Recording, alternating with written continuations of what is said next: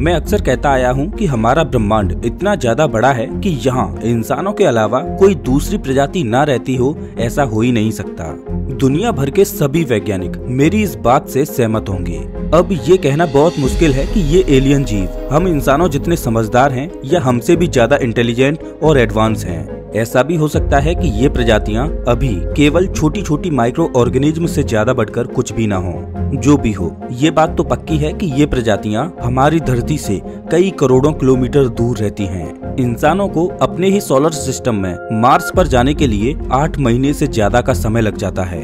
Voyager 1 जो इंसानों द्वारा बनाया गया आज का सबसे दूर का स्पेस मिशन है, उसे भी हमारे सोलर सिस्टम के प्लैनेट्स को क्रॉस करने में 40 साल से ज्यादा का वक्त लग गया। अगर कोई एडवांस्ड और इंटेलिजेंट प्रजातियां हमारे ब्रह्मांड में मौजूद हैं, तो वो हमसे कई प्रकाश वर्ष दूर होंगी। अब मैं आपसे ये पूछना चाहता हूँ कि क्या ऐसा नहीं हो सकता कि ये प्रजातियां पहले ही हमारी धरती पर आ चुकी हों, लेकिन बदकिस्मती से ये उस वक्त आए हों जब धरती पर किसी जीवित प्रजाति का अस्तित्व ही नहीं था। चलिए मान लेते हैं कि एक एलियन वैज्ञानिक कुछ करोड़ों सालों के बाद अक्सर धरती का चक्कर लगाकर चला जाता है, तो ऐसे में इन करोड़ों सालों में उन्हें धरती पर कौन से बदलाव दिखाई देंगे? इस एलियन वैज्ञानिक की नजर से हमारी धरती ने किस तरह से इवॉल्व किया होगा? आज की वीडियो में हम यही जानने की कोशिश करेंगे, तो बस बने रहिए मेरे साथ वीडियो के अंत तक। अगर आप धरती की टाइमलाइन को कुछ करोड़ साल पीछे करके देखें, तो आज जिसे हम अपना घर कहते हैं वो आपकी पहचान में भी नहीं आएगा। चलिए देखते हैं कि हम अपनी धरती को उस तरह से रिकंस्ट्रक्ट कर पाते हैं या नहीं, जिस तरह से उस एलियन वैज्ञानिक ने इसे पहली बार देखा होगा। अब क्योंकि ये वैज्ञानिक हमसे करोड़ों सालों की दूरी पर रहता है, इसीलिए वो कुछ बिलियन सालों में केवल एक बार ही धरती पर आ पाएगा और यहाँ के वातावरण में जीवों को ऑब्जर्व कर पाएगा। सबसे पहली बार ये वैज्ञानिक 4.5 बिलियन साल पहले यानी 450 करोड़ साल पहले धरती पर आया होगा। उस वक्त धरती एक आग के गोले से ज्यादा कुछ नहीं थी। मैं यकीन के साथ कह सकता हूँ कि इस एलियन वैज्ञानिक ने धरती को एक नजर देखते ही कह दिया होगा कि यहाँ पर किसी भी तरह का जीवन नहीं पनप सकता। हमारी धरती अभी बहुत यंग है, इसको बने हुए अभी 100 मिलियन साल भी नहीं हुए हैं। धरती का वातावरण ज्यादातर हाइड्रोजन और हीलियम से बना हुआ है। धरती ने अब तक अपने मैग्नेटिक फील्ड को पैदा नहीं किया है, इस वजह से सूरज की किरणों ने इसे रेडिएशन का मैदान बना दिया है।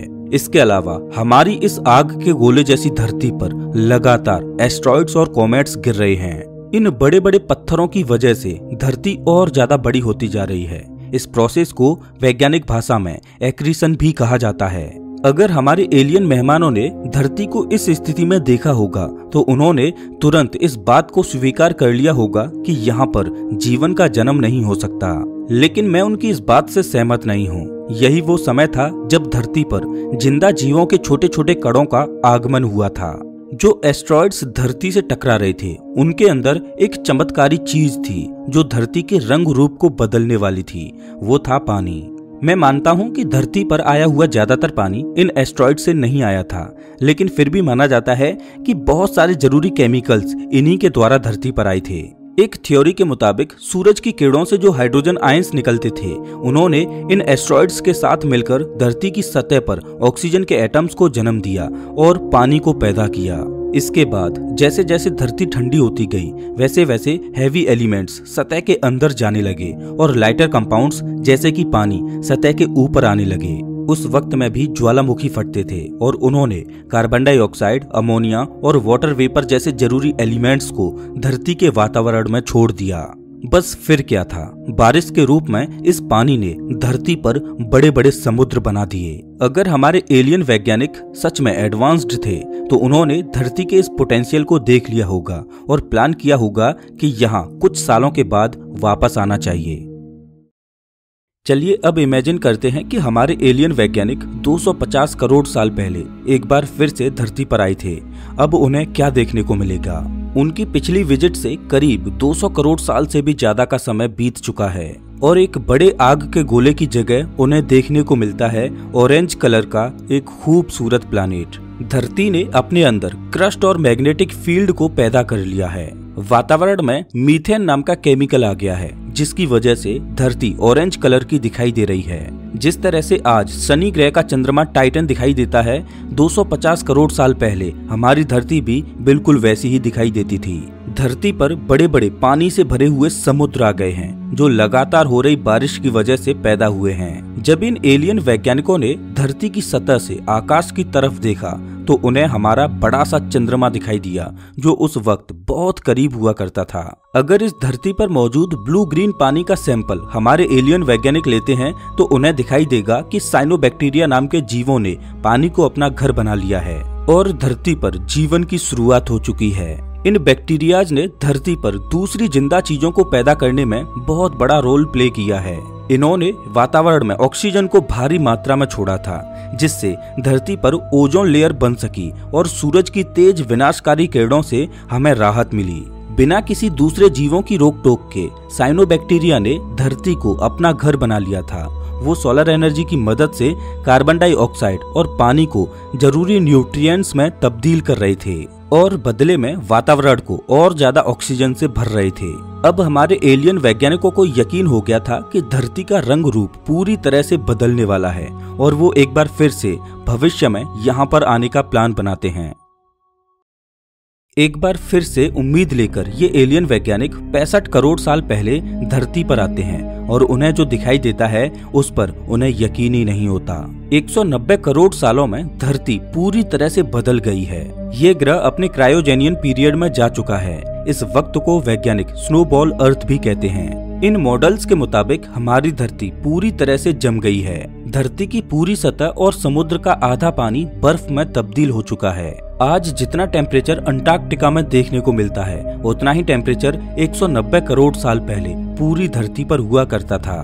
वैज्ञानिक पूरे यकीन के साथ तो नहीं कह सकते कि अचानक टेम्परेचर में इतना बड़ा बदलाव कैसे आया, लेकिन कुछ मेजर थ्योरीज का कहना है कि ज्वालामुखी के फटने की वजह से बहुत सारी ऐश वातावरण में जमा हो गई। इस वजह से ग्रीन हाउस गैसेज की मात्रा कम हो गई और धरती का टेम्परेचर कम होने लगा।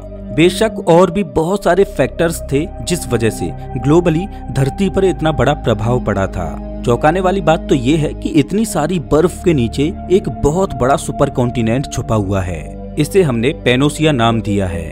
बदकिस्मती से बर्फ की वजह से हमारे एलियन वैज्ञानिकों को ये सुपर कॉन्टिनेंट बिल्कुल भी दिखाई नहीं दिया होगा। इस पीरियड में समुद्र और जमीन में फर्क बता पाना नामुमकिन था। हमारे एलियन वैज्ञानिक इस सफेद चादर पर लैंड करते हैं और सोचते हैं कि एक वक्त था जब यही सतह आग के गोले के रूप में धधक रही थी। पहले तो उन्हें लगता है कि शायद इस बेदर्द वातावरण ने धरती पर पल रहे जिंदा जीवों को नष्ट कर दिया होगा, लेकिन ऐसा बिल्कुल भी नहीं होता। साइनोबैक्टीरिया समुद्र के बिल्कुल अंदर हाइड्रोथर्मल वेंट्स के पास अभी भी जिंदा है। इसके साथ ही नए जीवों ने भी धरती पर पनपना शुरू कर दिया है। रेड एल्गाई नाम के जीव समुद्र की गहराइयों में पैदा हो चुके हैं। अभी भी इस धरती पर कॉम्प्लेक्स और एक से ज्यादा सेल्स वाली लाइफ फॉर्म पैदा नहीं हुई है, लेकिन जिस तरह से जिंदगी ने इतने कड़े वातावरण में भी जीना सीख लिया, ये उसके रेजिलियंस को दिखाता है। अब तक लगभग 3 बार ये एलियन मेहमान हमारी धरती पर आ चुके हैं और इनमें से बहुतों ने तो ये सवाल जरूर किया होगा कि आखिर क्यों वो बार बार इस अजीब से प्लानिट पर आ रहे हैं, जहाँ पहले तेज गर्मी होती है और फिर तेज ठंड। लेकिन जो उनमें सबसे बुद्धिमान वैज्ञानिक है वो जानता है कि धरती पर अभी और भी बहुत से बड़े बड़े बदलाव होने वाले हैं और इसीलिए वो एक बार फिर से यहाँ आने का दृढ़ निश्चय करते हैं।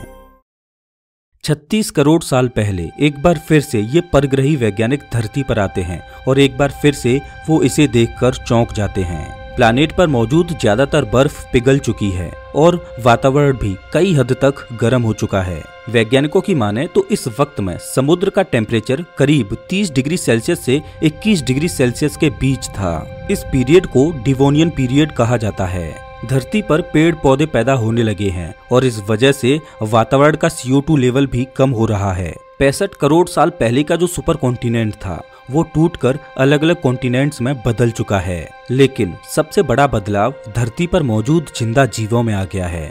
समुद्र पूरी तरह से कॉम्प्लेक्स लाइफ फॉर्म से भर गया है। ट्राइलोबाइट्स, ब्रेचियोपोड्स और मछलियां तक यहाँ पैदा हो चुकी हैं। इनमें से सबसे खतरनाक जीव है डंक्लियोस्टियस, जो करीब 10 मीटर लंबी मछली है। अगर आप इन मछलियों को आज देखते हो तो आपको आज के मॉडर्न ग्रेट व्हाइट शार्क की याद आ जाती है। पिछली बार हमारे एलियन वैज्ञानिक धरती पर पूरी मेहनत से अलग अलग लाइफ फॉर्म्स को खोज रहे थे, लेकिन इस बार यहाँ इतने सारे और इतने खतरनाक जीव आ गए हैं कि उन्हें इन लाइफ फॉर्म से बचकर रहना होगा।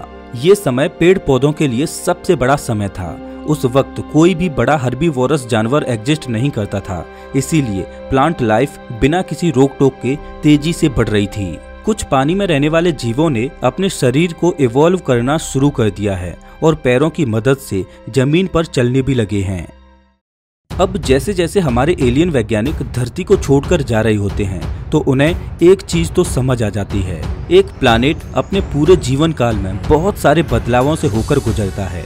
कहाँ पहले धरती एक बड़ा सा आग का गोला हुआ करती थी, फिर वो सफेद चादर से बर्फ में ढक गई और आज इतने इवोल्यूशन के बाद एक ब्लू प्लैनेट में तब्दील हो गई है। इन एलियन वैज्ञानिकों के जाने के बाद भी बहुत सारे बदलाव आने वाले हैं। एक मास एक्सटिंक्शन आएगा जो मरीन लाइफ को पूरी तरह से डिस्ट्रॉय कर देगा। जमीन पर रहने वाले जीवों को वातावरण के मुताबिक अपने आप को एक बार फिर से इवॉल्व करना होगा। वातावरण एक बार फिर से ठंडा होकर गर्म हो जाएगा और इस बीच कॉम्प्लेक्स लाइफ फॉर्म्स लगातार इवॉल्व होते रहेंगे। नई स्पीसीज में एम्फीबियंस के साथ कुछ बड़े रेप्टाइल्स भी पैदा होंगे जिन्हें हम डायनासोर्स के नाम से भी जानते हैं। अब मुझे नहीं पता कि ये एलियन वैज्ञानिक दोबारा कब धरती पर आएंगे, लेकिन मैं इतना यकीन के साथ कह सकता हूँ कि इस बार हम इंसान उन्हें सबसे ज्यादा चौंकाने वाले हैं। तो दोस्तों इस वीडियो में बस इतना ही। अगर आपको ये वीडियो अच्छा लगा हो तो इसे लाइक करें और ऐसे ही वीडियोज के लिए चैनल को सब्सक्राइब करें, साथ ही बेल आइकन दबाएं।